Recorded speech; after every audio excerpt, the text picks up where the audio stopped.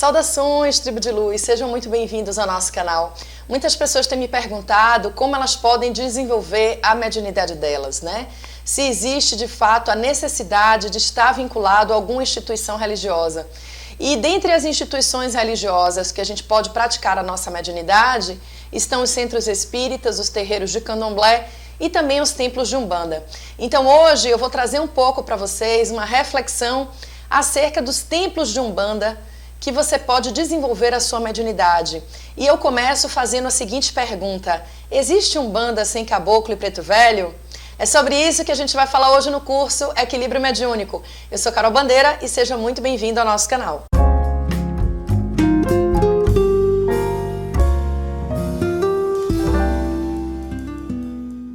Eu quero começar esse vídeo sempre pontuando um aspecto importante que eu sempre venho falando aqui no canal. A internet é um espaço livre, onde as pessoas expressam as suas opiniões. Algumas fundamentadas por estudos, outras fundamentadas na sua própria experiência de vida, ou simplesmente pessoas que gostam de debater aquilo que acham sobre todas as coisas, né? Então eu sempre trago para vocês aqui no canal a minha visão, fundamentada em alguns estudos que eu fiz ao longo da vida, ao longo desses mais de 20 anos que eu venho estudando a mediunidade, e também a partir das minhas vivências pessoais. Então, se você está chegando aqui pela primeira vez, seja muito bem-vindo. Eu super indico que você assista os vídeos anteriores. Eu vou colocar aqui na descrição desse vídeo. Então, eu quero deixar muito claro que eu não tenho qualquer pretensão de convencer ninguém daquilo que eu acho que é a minha vivência, mas eu compartilho de fato as minhas experiências com o desejo de que isso possa te inspirar a você buscar a sua verdade. Eu não acredito numa verdade absoluta. A gente acredita de fato na pluralidade de pensamento, mas eu estou aqui para compartilhar um pouquinho, uma visão, né? E que você possa, a partir dessa visão, fazer a sua própria reflexão sobre a sua vida e sobre aquilo que é verdade dentro do seu coração. Então, assim, um dos aspectos que a gente vai falar hoje é sobre a questão do caboclo e do preto velho na Umbanda, né? Existem muitas formas de você desenvolver a sua mediunidade. E ela não necessariamente tem que ter um viés religioso. Você pode estar desenvolvendo a sua mediunidade a partir de experiências com a sua conexão espiritual, com a sua conexão direta com os seus guias, e isso pode se dar dentro da sua casa, isso pode se dar nos seus momentos de reflexão profunda. Apenas as instituições religiosas, elas são facilitadores. Elas são instituições que se propõem a apontarem um caminho que já foi construído ao longo do tempo, seja a partir dos ensinamentos trazidos pelos guias, seja a partir de uma ancestralidade que trouxe de forma oral aquela experiência, né, que funcionou ao longo dos anos e vão seguindo gerações seguintes, seguindo ali uma linha de raciocínio. Mas a gente tem que entender que os centros, os templos, e que não são só apenas Espiritismo, Umbanda e Candomblé, que pode desenvolver a sua mediunidade, né? Existem todas as religiões aí mediúnicas no Brasil, existe o culto da Jurema, existe outras formas de expressão da mediunidade que você pode estar vivenciando. Quando você se propõe a vivenciar a sua mediunidade, o mais importante é que quando você encontrar uma instituição que você sente afinidade, que você se sente confortável, você procure compreender qual é a matriz que fundamenta essa instituição, né? Não que exista um certo ou errado, mas existem diferentes linhas de pensamento. A gente pode perceber isso de forma muito nítida aqui na internet, né? A internet é esse mar de liberdade, onde as pessoas expressam os sentimentos, expressam os pensamentos, as ideias e compartilham os seus conhecimentos e os seus saberes. Então, todas as vezes que você eleger um canal para você estudar, para você seguir, e eu super sou grata e agradeço a sua presença e o seu tempo de estar aqui comigo, é importante que você tenha em mente qual é a ideologia que está por trás daquilo que está sendo dito, né? Qual é a linha de pensamento que está sendo expressada, qual é a fundamentação teórica que aquela pessoa traz, qual é a fundamentação vivencial e prática que aquela pessoa traz, porque muitas vezes você pode estar seguindo conselhos e seguindo instruções que por algum motivo você achou interessante, lá na frente você vai perceber que essa explicação ela está completamente fora de uma realidade que pudesse dialogar mais profundamente com o seu aprendizado. Então hoje eu vou trazer a grande reflexão aqui. Existe umbanda sem caboclo e preto velho? Por favor, comente aqui nos comentários o que você acha. Cada dia mais nós temos uma crescente divulgação da umbanda nas redes sociais e, sobretudo, no YouTube, né? Você tem aí uma série de professores, de guianças, de pessoas que estão compartilhando os seus saberes, e isso é muito rico, porque a gente pode aprender com a experiência um do outro, né? Mas eu tenho ouvido por aí muitas umbandas que se dizem umbandas, mas que de alguma forma abortaram a presença do caboclo e do preto velho, né? Eu chamaria até de forma didática de umbanda dos Exus, né? Com todo respeito, Laroê, Exu é Mojubá. A gente vai falar dos Exus aqui em breve no canal, que são nossos queridos guardiões, espíritos de luz, que têm grande, de fato, atuação dentro da Umbanda. Mas esse vídeo específico hoje é sobre caboclos e pretos velhos. E a pergunta, eu repito, existe umbanda sem caboclo e preto velho? Então, eu vou trazer para vocês alguns autores que fundamentam essa nossa pesquisa e essas nossas reflexões desse curso Equilíbrio Mediúnico. E um dos autores que eu quero compartilhar com vocês é o Leal de Souza, né? Nós temos aqui o livro O Espiritismo, a Magia e as 7 linhas da Umbanda. Ela está trazendo aí os textos originais com alguns comentários, os textos originais de Leal de Souza, que foi um jornalista muito influente na década de 40, na década de 50, e ele trouxe uma série de publicações no Diário de Notícias, que o livro, de forma muito feliz, reproduz aqui, né, esse texto original, e ele, então, reproduz do outro lado aquilo que vem sendo fundamentado por Leal de Souza. Leal de Souza traz aqui um texto que chama-se Os Protetores da Linha Branca de Umbanda. Vale ressaltar que no começo do século 1908, 1910, quando a Umbanda estava de fato sendo fundamentada por Zélio de Moraes, através do Caboclo das 7 Encruzilhadas, como uma religião de fato, né? Muitos movimentos aí umbandistas vão dizer que a Umbanda vem muito antes de Zélio, através da cabula e através de uma série de manifestações das macumbas cariocas. E a gente não nega que existiam muitas manifestações de espíritos e também já de caboclos, né, e de pretos, antes do que a gente considera como a fundação da Umbanda.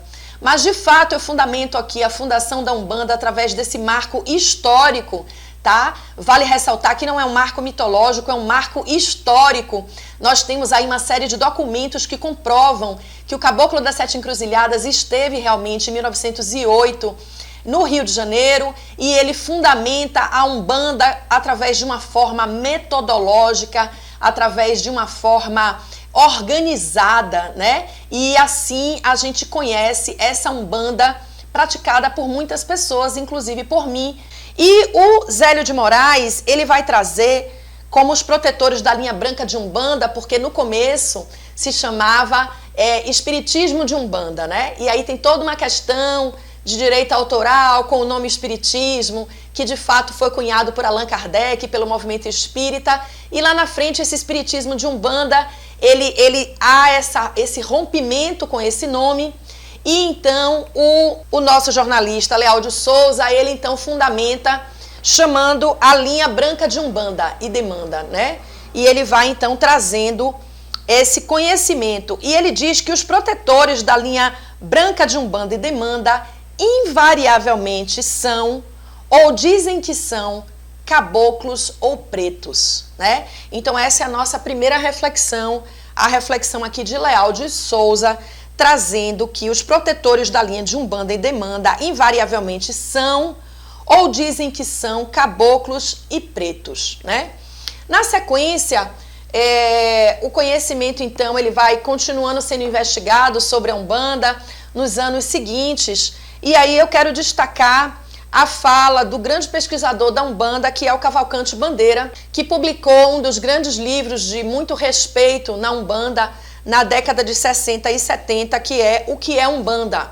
E o Cavalcante Bandeira, ele traz aqui a codificação da Umbanda, no capítulo, na página 21, ele traz a codificação de Umbanda e ele diz assim: o futuro exige a codificação do culto de Umbanda para não serem perdidos os trabalhos dos pretos e dos caboclos, né?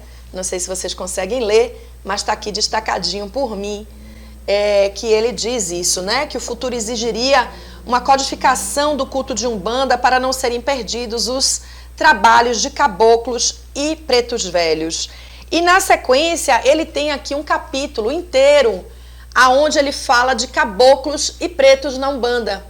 E ele vai destacar nesse capítulo também, né, que a fala de Ramatiz, que as falanges de Umbanda são agrupamentos de espíritos valentes, heróicos e experientes, que submergem dos pântanos da ancestralidade do planeta a fim de neutralizar energias virulentas, desmanchar trabalhos de magia negra e reconduzir as vítimas à normalidade da vida física.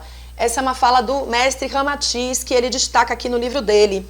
E aí, na sequência, ele vai dizendo: sobressaem-se nessas falanges os trabalhos dos guias, pretos velhos, sempre louvando nosso Senhor Jesus Cristo, né? E ele vai, então, destacar os pretos velhos, de fato, e os caboclos como grandes guardiões dessa sabedoria da Umbanda, né? E dessa codificação da Umbanda. Esse livro ele foi publicado na década de 70, no começo da década de 70. E mais adiante, você tem aí a publicação do Babalaô Ronaldo Antônio Linares, que é o presidente da Federação Bandista do Grande ABC, o qual é o meu pai espiritual, sua bênção, meu pai. E temos também do professor Diamantino Fernandes Trindade e também do Wagner Veneziane Costa. E eles, então, aqui nesse livro Iniciação da Umbanda, eles têm um capítulo que chama-se As Entidades na Umbanda. E essas entidades na Umbanda, eles destacam, eles já começam aqui o capítulo dizendo: a Umbanda se sustenta em 3 pilares, os pretos velhos, os caboclos e as crianças. Está aqui nesse livro Iniciação da Umbanda, né? Então veja, segundo esses 3, 4, 5 autores, esses 5 autores aqui que a gente traz, eles dizem para nós que a fundamentação da Umbanda, ela está de fato com base nos pilares dos pretos, que são os pretos velhos, e os caboclos, né? E mais adiante as crianças, também ancorando aí a pureza de Deus. Nós sabemos que além dos caboclos e pretos velhos, a Umbanda trabalha com muitas entidades e nós não estamos aqui excluindo nenhuma entidade de Umbanda.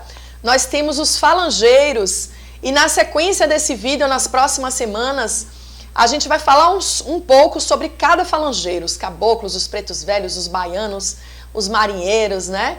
O povo do Oriente, os ciganos, a gente vai estar falando na sequência aqui no canal. Mas hoje, especificamente, eu trago essa provocação, né? Para que você que está aí me ouvindo possa refletir junto comigo. Se a base da Umbanda, segundo esses 5 autores, os quais eu respeito muito e honro os saberes deles, estão diretamente ligados à manifestação do caboclo e do preto na Umbanda, de novo vem a minha pergunta: existe Umbanda sem caboclo e preto velho? Porque o que acontece? Cada vez mais nós estamos relativizando os saberes. E isso me traz uma certa preocupação, porque assim, o fato da Umbanda ser uma religião inclusiva, eu acho que ela tem uma identidade, ela tem um fundamento. E no momento em que a gente inclui todas as possibilidades e exclui os fundamentos que foram de fato a base de sustentação para a sua fundamentação, para a sua estruturação, aí a gente precisa começar a refletir se esse excesso de relativização começa talvez a nos despreender daquilo que é a sua origem, né? Então, se você entende que a Umbanda, ela tem a sua origem e a sua fundamentação a partir da manifestação dos caboclos, que são os espíritos dos índios, né? Fundamentalmente, a gente vai ver um pouco mais que não só, mas fundamentalmente os espíritos dos indígenas e os pretos, que são os espíritos dos negros africanos. Aí vem a grande questão, se é a partir disso que se fundamenta a religião, se eu tirar isso, eu posso chamar de Umbanda? Então hoje a gente vê uma série de movimentos dentro da internet, de umbandas por aí, que se dizem umbandas, que cultuam única e exclusivamente Exu. E mais uma vez eu saúdo Exu, Laruê Exu, são espíritos de luz, são guardiões que realmente trabalham na Umbanda. Mas a grande pergunta é, uma casa que somente trabalha com Exus, que somente trabalham com entidades de esquerda e que em nenhum momento você tem a guiança e a fundamentação de um preto e de um caboclo, eu posso chamar de Umbanda? Então, fica essa reflexão, coloca aqui nos comentários. Eu não estou aqui para dizer nenhuma verdade absoluta, mas lembrando sempre que eu compartilho aquilo que dialoga com a minha alma, aquilo que eu entendo que é a verdade, que ressoa no meu coração, e eu desejo que essa reflexão possa levar você que está aqui comigo a refletir o que de fato ressoa no seu coração também. Tá certo? Gratidão por estar comigo, até o próximo vídeo. Um forte abraço, tchau, tchau!